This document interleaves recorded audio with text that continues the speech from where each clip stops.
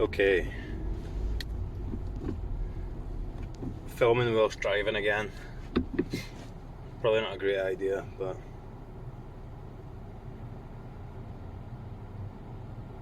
so what I was talking about last time is in the dissolution of the layers of the self and the move into non-duality and the realization of the non-existence of the higher self. I'd kind of convinced myself on an intellectual level that I had been moving into a state of non-duality because I'd been reading, I'd been discussing the different levels or the different stages of awakening. But it turns out I just had to go deeply into a state of no self in order to finally kind of fortify the awakening that I had and finally make transparent the deeper layers of the self, and those deeper attachments had to be processed.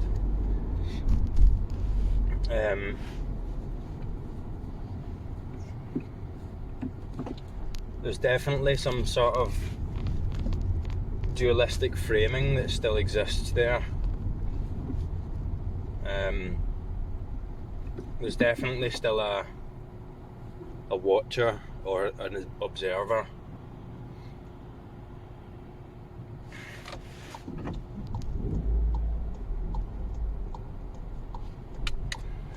Kind of feels like, if I was to try and explain it, it kind of feels like I'm in a virtual reality documentary, nature documentary about life in the world with no narrator.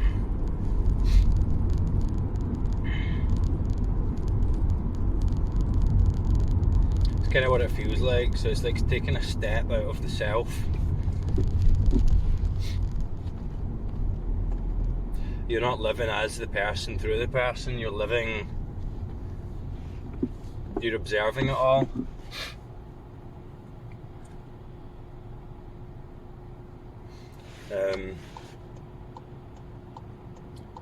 And I can move into states where that expands out the way.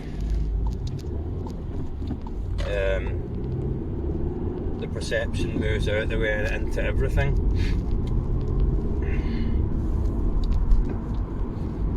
And like I said before, it's like stepping out of the self, and the self still operates the way it always has done. There's no change there. I guess the change comes over time, but it's having a perspective where you know your true self and you know that you are not the person. It's like you've tuned into a different baseline of existence. You're not existing as this person in this body, in this ego, and interacting with the world from there.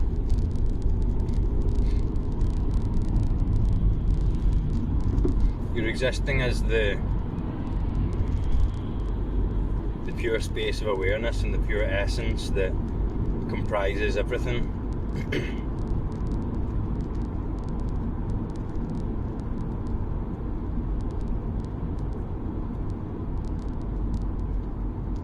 But there still very much is that sense of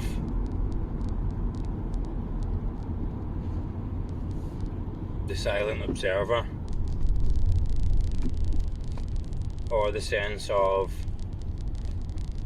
all of reality being comprised of the one being.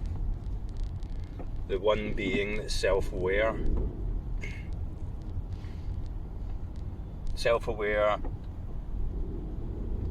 of what's going on in the sphere of existence and the world of form.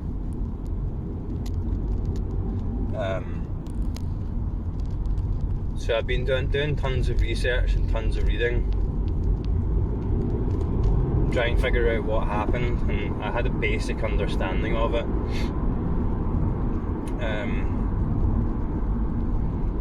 But I've been reaching out to some people online, and some people have been reaching out to me online. Teachers that had went through the same experience with a mentor that guided them through it, and some people who had just had these experiences and then went on to subsequently learn about Buddhism or religious mysticism or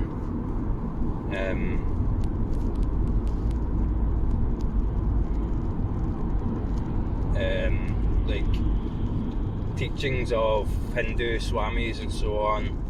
It's all the same thing, really. All the same, lots of parallels there, and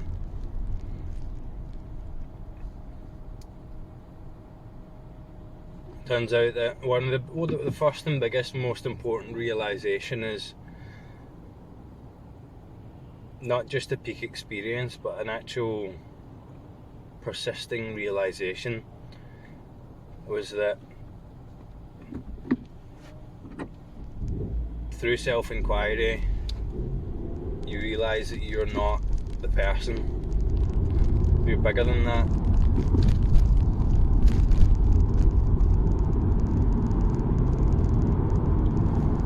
and that you are in reality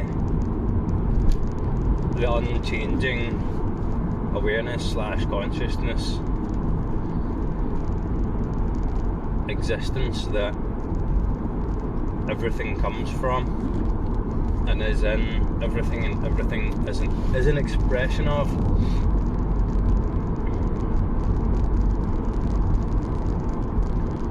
And apparently the subsequent kind of realizations that have been mapped out by these practices are just deepening levels of the same realization.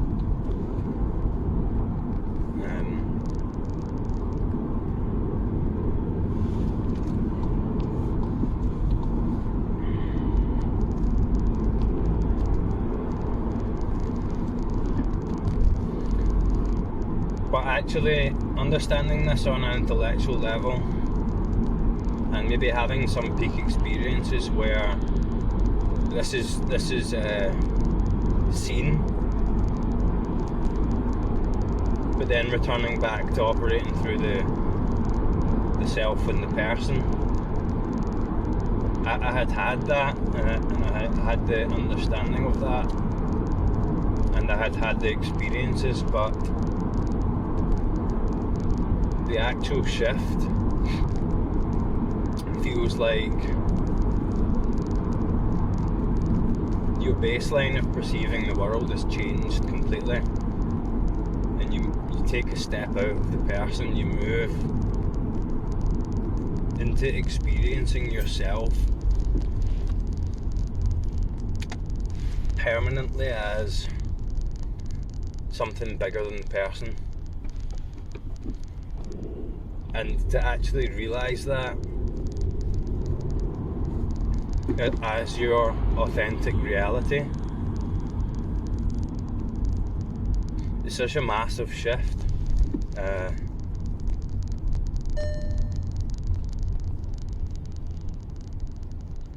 Like I said,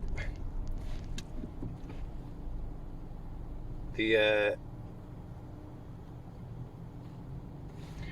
illusion is so strengthened and so deeply ingrained, and you get the sense that you've been in this for such a long time,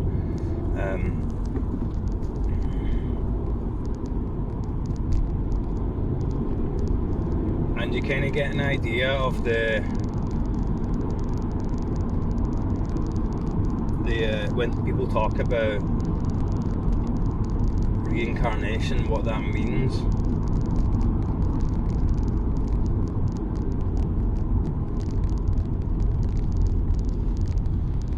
You kind of get a sense that this has been going on for more than just your own, like the lifetime of the person you're living now.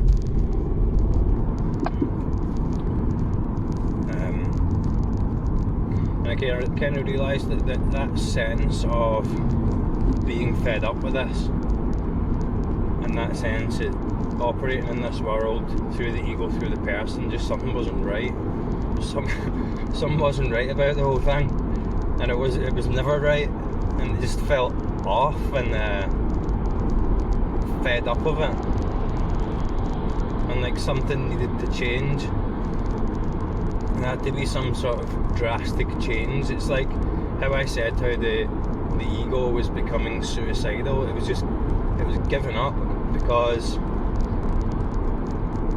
or maybe it wasn't the ego, I don't know, but something was shifting. Something was getting ready to shift, because it just becomes, living in this, addicted to this illusion, becomes so monotonous.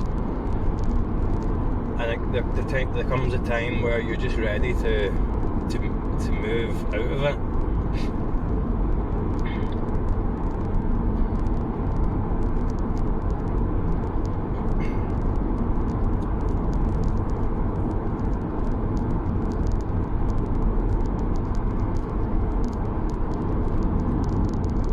Yeah. So for me, all it took was a little bit of practice.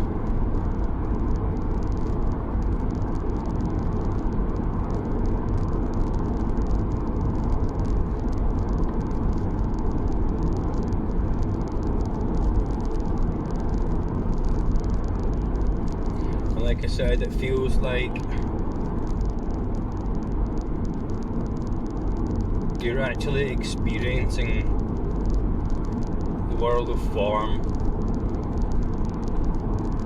fresh for the first time in your life. And when you're stuck in the ego and stuck in the mind and all that, you can't enjoy the experience. You can't look at things and hear things and experience it, the pleasure of the sense perceptions as they were supposed to be experienced, because you're stuck in this fiction, this dysfunctional fiction that blunts your perception of reality so much.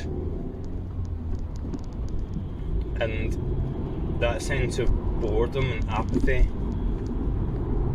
and restlessness, it's pretty much gone, as in the most mundane of things are extremely enjoyable. Just because you're now actually paying attention to things. And the sense of absolute weirdness of everything, and you get lost in a fiction of things become normal, so normalised and looked over. When you operate from the ego, you don't realise how absolutely bizarre this whole experience is, and how fascinating, and not in the intellectual sense, but how incredible what all this is, and how that question coming from the ego is just an absolute waste of time, and it totally detracts from the reality of the joyful weirdness of this experience. When you can actually just be present and move through it, it's incredible, absolutely incredible all the time. And you miss all this when you're stuck in the mind. You just don't see it. You're blind. You're essentially blind. All your senses dim, and your perception of reality shifts into an unreal fiction inside your head. And I've been stuck there for so long, And then when you finally see through it, you see how absolutely ridiculous it is, and how potently addictive sense of delusion has captured your attention for such a long time. And why? I know it had a reason, but you know, the intensity of it and the dream of it, you know,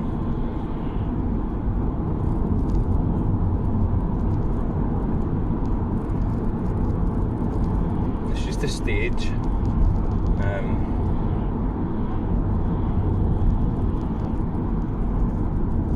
And when you move out of that stage for the first time, you can appreciate where you've been, and you understand why you felt so shit for such a long time.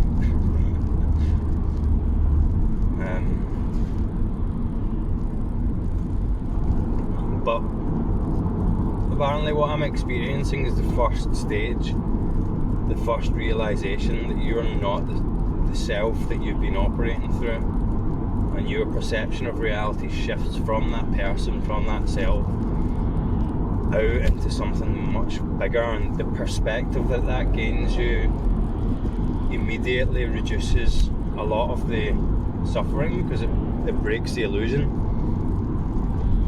But it brings with it a different kind of suffering, and I think that's just the self stabilising to the waking up.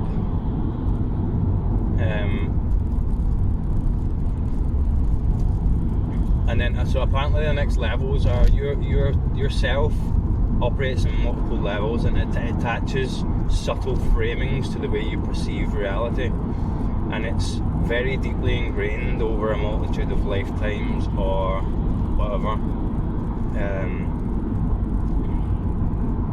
And the next stages are just moving through that, seeing through those subtle dualities that the self creates on multiple levels,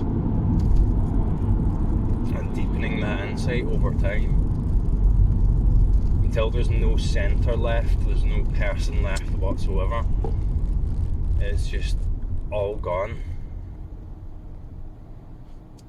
But I seem to be at the stage now where I'm still adjusting to that shift in perception.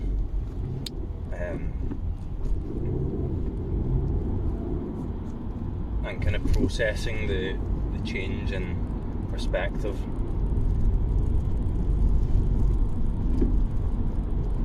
Because it is a big thing.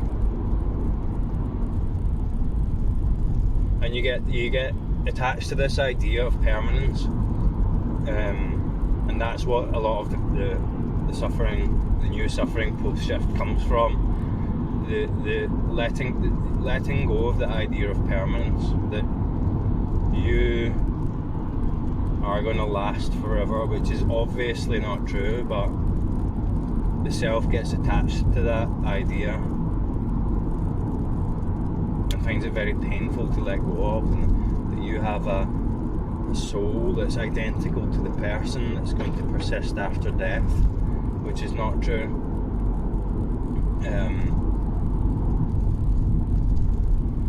The truth is much more simple than that.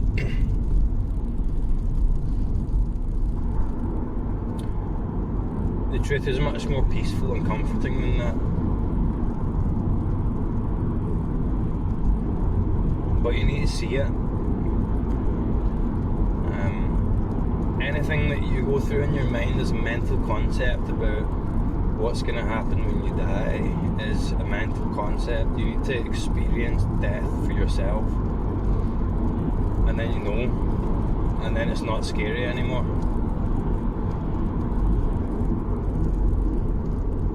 But I still have the framing there, the subtle layers of attachment that